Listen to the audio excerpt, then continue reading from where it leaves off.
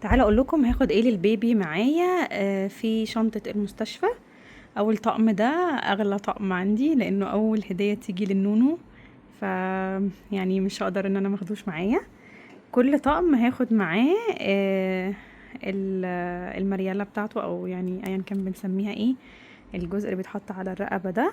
وهاخد كمان معاه آه، ال آم، الكوفرتة الصغنونة دي اللي هي بتكون للف البيبي. ده شكلها دي ناعمة جدا، قطن يعني 100%.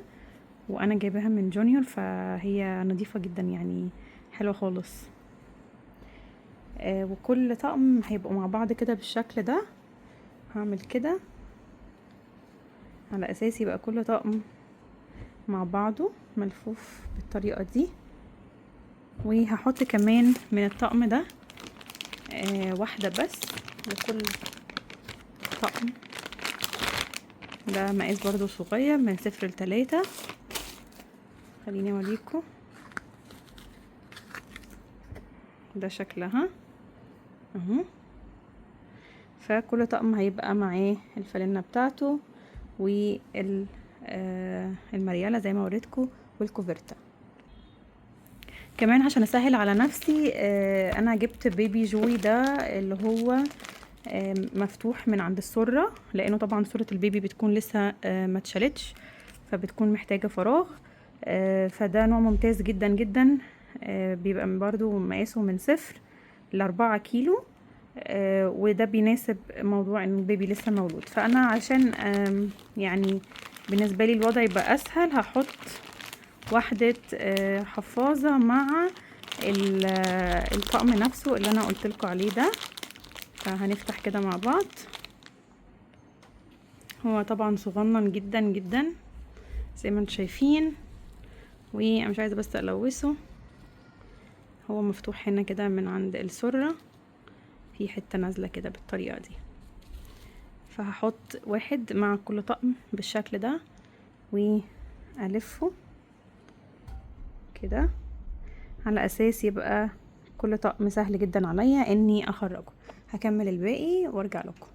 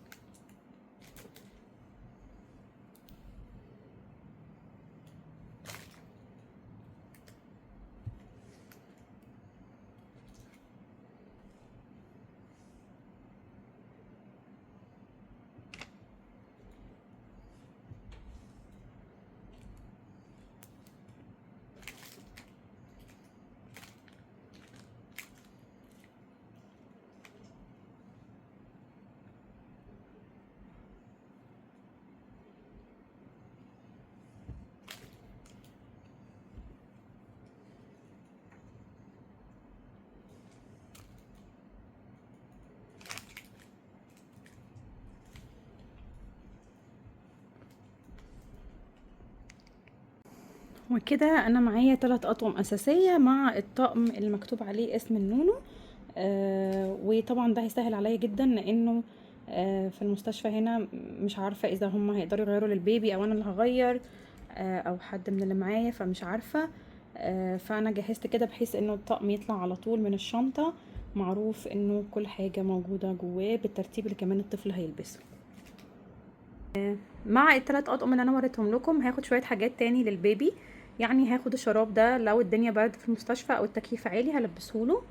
هاخد كمان فوطين كده احطهم على كتفي علشان لو قشط او كده. طبعا هاخد وايبس علشان اقدر لو اي حاجه حصلت او كده اقدر اتعامل، ده ليا. وكمان هستخدم المناديل الورقيه دي علشان برضو لو احتجت مناديل. وجبت له كمان الببرونات الصغنونه دي على اساس لو احتجت ان انا اشفط يعني باي شكل لا قدر الله، يعني محتاجش ان شاء الله ان انا اكون بستخدم الببرونه في البدايه، لكن قلت اعمل حسابي. ودي اكبر حاجه، دي اقل حاجه سوري، دي من عمر 0، فطبعا هتبقى مناسبه لان انا استخدمها معاه. هاخد كمان بابيت احتياطي علشان لو واحده اتوسخت وانا مكنتش لحقت اغير له، فيبقى معايا واحده احتياطي. وده كده تقريبا الحاجات اللي انا هستخدمها في البدايه معاه او هكون بحتاجها. لو ناسيه حاجه ممكن تكتبوا لي وتقولوا لي انا ناسيه ايه، اكيد هستفيد جدا من خبراتكم. وطبعا اخدت معايا حفاظات زياده، يعني فضيت حوالي 20 حفاظه او اقل، مش معدتش للامانه.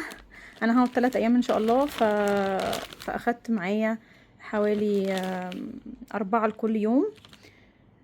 و يعني كاحتياطي، ولو احتجت تاني ان شاء الله مفيش مشكله الكيس موجود يعني.